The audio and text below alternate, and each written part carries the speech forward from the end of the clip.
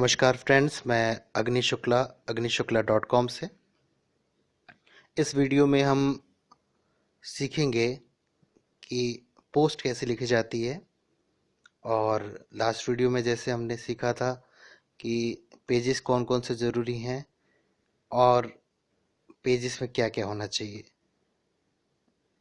Last बार हमने pages बनाए थे और इस लेक्चर में हम उसके आगे का डिस्कस करेंगे। पहला पेज है अबाउट। अबाउट पेज में आपका नाम होना चाहिए या कंपनी का नाम, मतलब जिस नाम से आप एडसेंस अकाउंट लेना चाहते हैं वो नाम होना चाहिए। अगर आप कंपनी के रिप्रेजेंटेटिव हैं और आप अपने नाम से अकाउंट लेना चाहते हैं बट कंपनी का नाम वहाँ पे मेंशन करना चाहते हैं, इस केस में आपको अपना नाम वहाँ पे अगर आप मेंशन करते हैं तो on the behalf of company लिख सकते हैं। अब हम पेज पहले बना के दिखाते हैं आपको। पहला पेज है अबाउट का।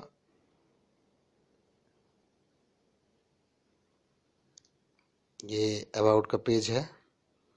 देखिए, इसमें मैंने अपनी पिक डाली है, नाम लिखा है, मैं क्या हूँ, यहाँ तक कि मैंने अपना एक क्विक कॉन्टैक्ट ईमेल भी लिखा है। ईमेल आपका ऑप्शनल है, ईमेल आप कॉन्टैक्ट पेज में ही डाल सकते हैं, अबाउट में डालने की ज़रूरत नहीं है। बट एज सजेशन एक पर्सनल टच आता है ब्लॉग में इससे। ये डिपेंड करता है आप डालें या ना डालें। आप कॉन्टैक्ट पेज वाले ईमेल को भी इसमें डाल सकते हैं। तो ये हमारा अबाउट पेज है। अब हम बनाएंगे प्राइवेसी पॉलिसी। मैंने प्राइवेसी पॉलिसी, डिस्क्लेमर, बाकी जो अदर पेजेस हैं उन सब के मैंने सैंपल आपको पीडीएफ फाइल में दिया है मैंने। आप रिसोर्स में से आप कलेक्ट कर सकते हैं। आपको जस्ट अपने, जैसे कि आप अगर अबाउट पेज लिखते हैं, आपने अपनी कंपनी का नाम डाला था, वैसे अगर आप प्राइवेसी पॉलिसी बनाते हैं तो क्या पॉलिसी है आपकी। मैंने स्टैंडर्ड पॉलिसी लिखी है जिसमें ये होता है कि हम यूज़र का डेटा कलेक्ट नहीं करते, लेकिन जो सर्वर्स हैं वो कुछ इन्फॉर्मेशन कलेक्ट करती हैं, like IP address of visitor, country of visitor, उसका ब्राउज़र भी कई कई कलेक्ट करती हैं, कौन सा ब्राउज़र यूज़ कर रहा है, किस सोर्स से आया है, डेस्कटॉप है, लैपटॉप है, सर्च इंजन से आया है या डायरेक्ट यूआरएल से आया है। तो ये सब चीज़ें हैं, ये आप मेंशन कर सकते हैं इसमें प्राइवेसी पॉलिसी में।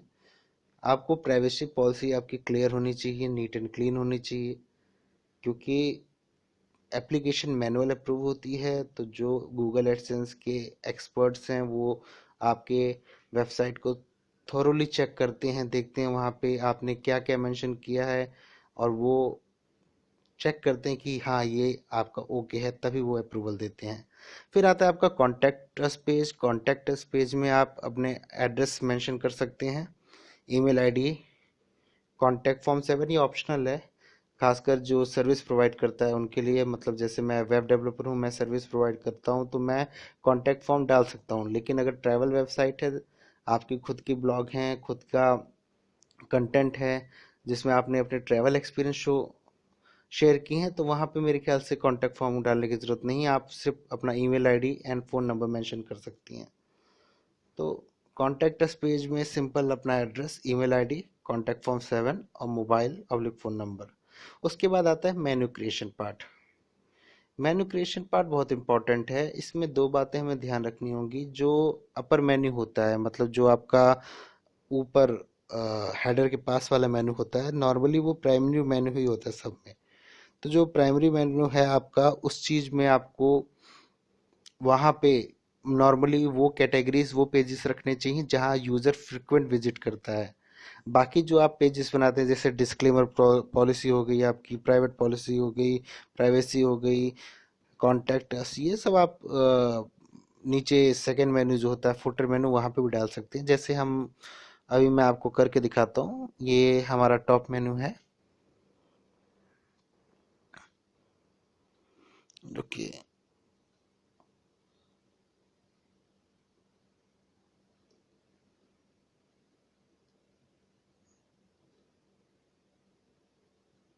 हाँ ये देखिए, टॉप मेन्यू में मैंने अब पेजेस ऐड कर रहा हूँ। यहाँ से आप कस्टम लिंक भी ऐड कर सकते हैं। तो ये टॉप मेन्यू में मैं वही चीज़ रखूँगा जहाँ मेरे को उम्मीद है कि वहाँ पे विजिटर आएंगे, क्योंकि हर एक विजिटर आपके हर बार कॉन्टैक्ट पेज या प्राइवेसी पॉलिसी नहीं दिखता। वो नॉर्मली आपका कैटेगरी पेज दिखता है जहाँ उसको पोस्ट मिल सकते हैं या रिलेटेड इन्फॉर्मेशन मिल सकती है जो यूज़फुल इन्फॉर्मेशन है। तो देखिए मैंने ये डाल दिया और अब मैं फुटर का मेन्यू बनाऊंगा। देखिए मेन्यू क्रिएशन भी बहुत इजी है, आप देख रहे हैं।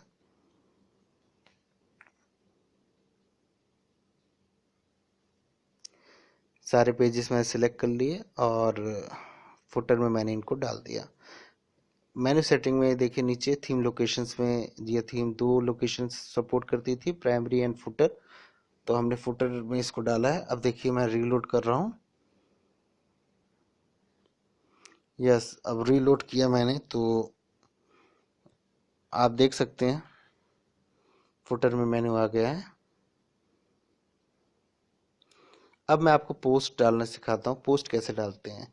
मैं एक ट्रैवल वेबसाइट के प्रोस्पेक्ट से ये सिखा रहा हूँ कि आप कैसे बना सकते हैं, कैसे आप पोस्ट डाल सकते हैं। पोस्ट हमेशा ऐसी डालें जिससे विजिटर इंजॉय करे, जिससे विजिटर इंजॉय करे, जिससे विजिटर, अगर आप उसको रेगुलर एक ही पैटर्न में डालते हैं, एंजॉय करे उस चीज़ को, ऐसा बना के डालते हैं, तो ऐसा आपका कंटेंट होना चाहिए कि विजिटर आपके पास दोबारा आए। जैसे ये हमारी ट्रैवल वेबसाइट है, तो मैं उस पर एक आपको सैम्पल कंटेंट दिखाऊंगा। आर्टिकल्स की गाइडलाइन भी एक होती है कि आपके आर्टिकल 500 वर्ड के हों, लॉन्ग टेल कीवर्ड आप यूज़ करें, कीवर्ड 10 से 15% ऑफ टेक्स्ट हो, और यूज प्लगइन सबसे अच्छा प्लगइन है जो आपको एसईओ में मदद करता है, आपकी वीकनेस बताता है। अभी हम दिखाएंगे एस एक एग्जांपल में कि यूज्ड कैसे काम करता है। तो 500 वर्ड लिमिट नहीं है, 500 वर्ड मिनिमम होना चाहिए। अगर आप एडसेंस के लिए अप्लाई कर रहे हैं तो 40 आर्टिकल मिनिमम होने चाहिए, 500 वर्ड्स ईच। पर ऐसा भी हो सकता है कि कोई आर्टिकल आपका 300 वर्ड का हो, कोई आर्टिकल आपका 700 वर्ड का हो, तो वो भी चलता है। बट ऑन एवरेज आपका 500 वर्ड देखा ही जाता है। पर ये नहीं कि आप 200 वर्ड का कोई आर्टिकल लिखते हैं, वो मान्य नहीं होता। मिनिमम आप 500 वर्ड लगा के चलिए कि आपको उतने आर्टिकल रखने हैं। अब कुछ इम्पोर्टेंट टिप्स भी हैं जो मैं आपको बताना चाहता हूँ। जब भी टाइटल लिखें तो टाइटल 70 वर्ड से ज़्यादा ना हो, और टाइटल कंटेंट डिस्क्राइब करता हो, मतलब टाइटल से पता लग सके कि आगे अंदर कंटेंट क्या होगा।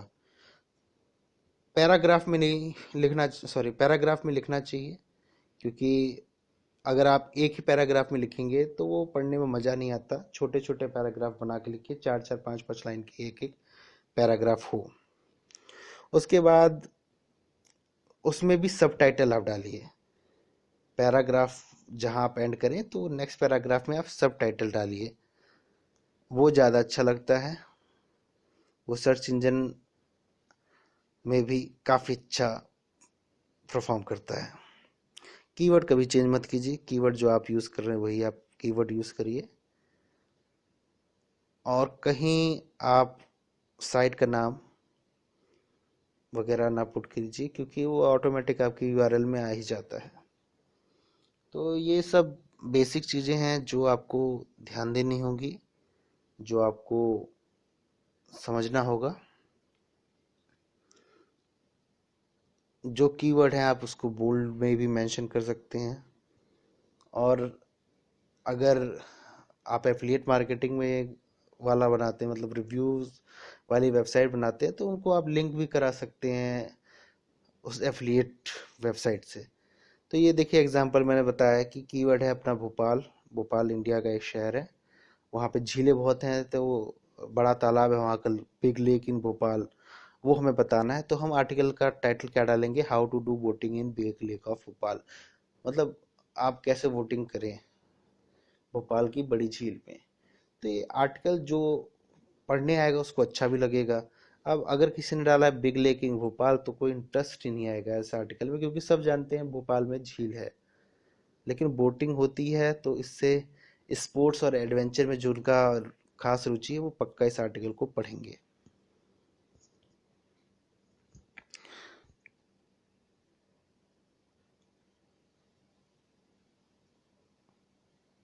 अब ये देखिए, मैंने आर्टिकल लिख दिया है, ये राजस्थान के बारे में मैंने लिखा है। आप इसमें देख सकते हैं कि मैं जैसलमेर और जोधपुर के बारे में मैंने लिखा है, क्योंकि जैसलमेर और जोधपुर, जोधपुर आपकी ब्लूइश सिटी है, ब्लू रंग में है, तो उसी के बारे में है। आप देखिए, इस आर्टिकल को मैंने पैराग्राफ्स में किया है और रिवलेंट इमेजेस भी डाली हैं, जो इसमें काफ़ी छोटी भी डाली हैं आपको दिखाने के लिए। आप बड़ी भी यूज़ कर सकते हैं, बट आपकी इमेज से ज़्यादा आपका कंटेंट होना चाहिए। मान लो 20-80 का रेशियो आप रख सकते हैं। 20% अगर इमेज है तो 80% आपका कंटेंट होना चाहिए। ये आप देखिए, योस्ट एसईओ का क्या फ़ायदा है। योस्ट एसईओ में आप देख सकते हैं, फोकस कीवर्ड मैंने राजस्थान रखा है, एसईओ टाइटल यहाँ पे आप डाल सकते हैं। ये जो आप देख रहे हैं स्निप रिव्यू, ऐसा ही आपके सर्च इंजन में दिखेगा, तो आप समझ सकते हैं कि योस्ट एसईओ कितना इंपॉर्टेंट है। और योस्ट एसईओ का इंपॉर्टेंस आप ऐसे ही जान सकते हैं कि ये प्लगइन ऑटोमेटिक का नहीं है, मतलब जो गूगल की पेरेंट कंपनी उसका नहीं है, ये प्राइवेट है योस्ट प्लगइन, लेकिन फिर भी इसके 1 मिलियन के ऊपर डाउनलोड है। आई थिंक 17 लाख के करीब हैं, जहाँ तक है लास्ट मंथ की अपडेट के हिसाब से 17 लाख के अबव हैं एक्टिव इंस्टॉल्स है, मतलब वेबसाइट्स में 17 लाख वेबसाइट्स को ये सर्व करता है। अब ये देखिए, इसमें एसईओ में जो ग्रीन सिग्नल दिखा रहा है, डेट मीन्स हमारा एसईओ गुड है। अगर येलो रहता है तो डेट मीन्स ओके है, और अगर आपका रेड आता है डेट मीन्स वेरी पुअर है। तो ये आपको परफॉर्मेंस इंडिकेटर देता है कि आपको और कितना इम्प्रूव करना है, कैसे इम्प्रूव करना है, तो इससे आपको आइडिया मिलेगा। उसके बाद ये सोशलाइज प्लगइन में हम पहले शेयरिंग बटन भी डालते हैं। शेयरिंग बटन काफ़ी इंपॉर्टेंट है, क्योंकि आप आर्टिकल चाहेंगे कि शेयर हो जाए। शेयरिंग करने से ट्रैफिक आपको बहुत जल्दी मिलता है, और वो भी ऑर्गेनिक ट्रैफिक मिलता है, क्योंकि आप शेयर कर रहे हैं, कोई आपके फ्रेंड सर्कल में, या अगर आप ट्वीट कर रहे हैं तो कोई आपका फॉलोअर ही उस पर क्लिक करे, आपकी वेबसाइट पे आए, उस चीज़ के बारे में पढ़े, तो उससे आपको काफ़ी फ़ायदा होगा। इवन एक बार ऑर्गेनिक ट्रैफिक अगर आपको मिल जाता है, आपकी कंटेंट अच्छे हैं, तो आपकी साइट पर रेगुलर विजिटर आते रहेंगे। तो ये देखिए, मैंने जब अनेबल किया तो आप देख सकते हैं फेसबुक, ट्विटर और सब जगह शेयर है। मैं आपको गूगल प्लस पे मैंने आपको शेयर करके दिखाया है। ये देखिए, फेसबुक प्रोफाइल पे भी शेयर हुआ है। ऑटो शेयर है, क्योंकि लास्ट बार मैंने आपको बताया ही था कैसे करते हैं। ये सेकेंड चैप्टर में देखिए, ये आ गया आपका। और लिंक्डइन पे भी ये एज स्टेटस अपडेट अपडेट हो जाता है।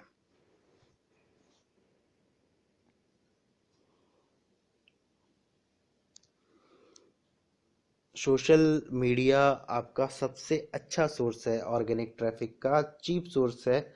अगर आपके फ्रेंड्स का सर्कल बहुत अच्छा है तो आप बहुत विजिटर ला सकते हैं।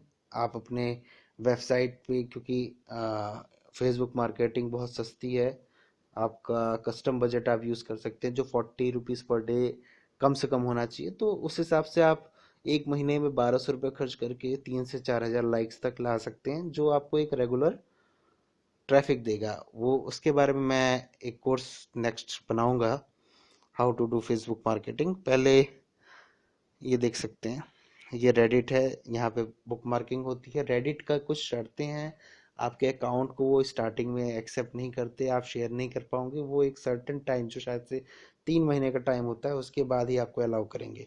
30 दिन से 3 महीने के बीच वो टाइम होता है। क्योंकि मेरा ये अकाउंट काफ़ी पुराना है, इसलिए मैं शेयर कर सकता हूँ। आप भी कर सकते हैं। इसके अलावा आप स्टम्बल अपॉन पे कर सकते हैं, जो फेसबुक लॉगिन देता है। आपका फेसबुक अकाउंट है तो आप उसमें फेसबुक अकाउंट से भी लॉगिन कर सकते हैं। ये हमें पहले सब रेडिट चूज़ करना होगा, क्योंकि ये ट्रैवल रिलेटेड है, तो ये ट्रैवल सब रेडिट पे आएगा। बेसिकली इन वेबसाइट का सबसे ज़्यादा अच्छा यूज़ ये है कि ये आपको एक विजिटर की विजिटर का सोर्स है, जो आपको बहुत अच्छा सोर्स देते हैं। ज़्यादा से ज़्यादा विजिटर आपके यहाँ से मिल सकते हैं। ट्रेंडिंग करानी हो ट्विटर पे, तो आप वहाँ पे ट्विटर पे भी आप अपना हैशटैग यूज़ कर सकते हैं। मतलब कैसे भी करके हमें वहाँ पे ऑर्गेनिक ट्रैफिक लाना है, हमें एडवर्ड्स का यूज़ नहीं करना, क्योंकि गूगल एडसेंस को तभी आपकी मान्यता देगा भले उस पर आपके 20 विजिटर ही आ रहे हैं डेली। आपका अकाउंट अप्रूव हो सकता है, बशर्ते वो ऑर्गेनिक ट्रैफिक हो, वो पेड ट्रैफिक ना हो। तो इन सब चीज़ों का ध्यान रखना चाहिए। और मेन जनरली यही बात है, इंडियन सब कॉन्टिनेंट में अकाउंट अप्रूव इसलिए नहीं होते, क्योंकि अधिकतर इंडियन वेबमास्टर फेक ट्रैफिक लाने का ट्राई करते हैं। तो आप देखिए, अभी मैंने शेयर किया था जस्ट, और आप देख सकते हैं ये स्टैट्स आ गए हैं मेरे पास। जस्ट 7 मिनट हुए हैं मुझे शेयर करे हुए ये, और कुल मिला के 6 लोगों ने विजिट किया है, जिसमें 3 सर्च इंजन से हैं, 2 फेसबुक से हैं। तो आप देख सकते हैं कितना फ़ायदा हुआ, सिर्फ 7 मिनट में 6 विजिटर मेरे को मिल गए। तो ये इसका फ़ायदा है आपको।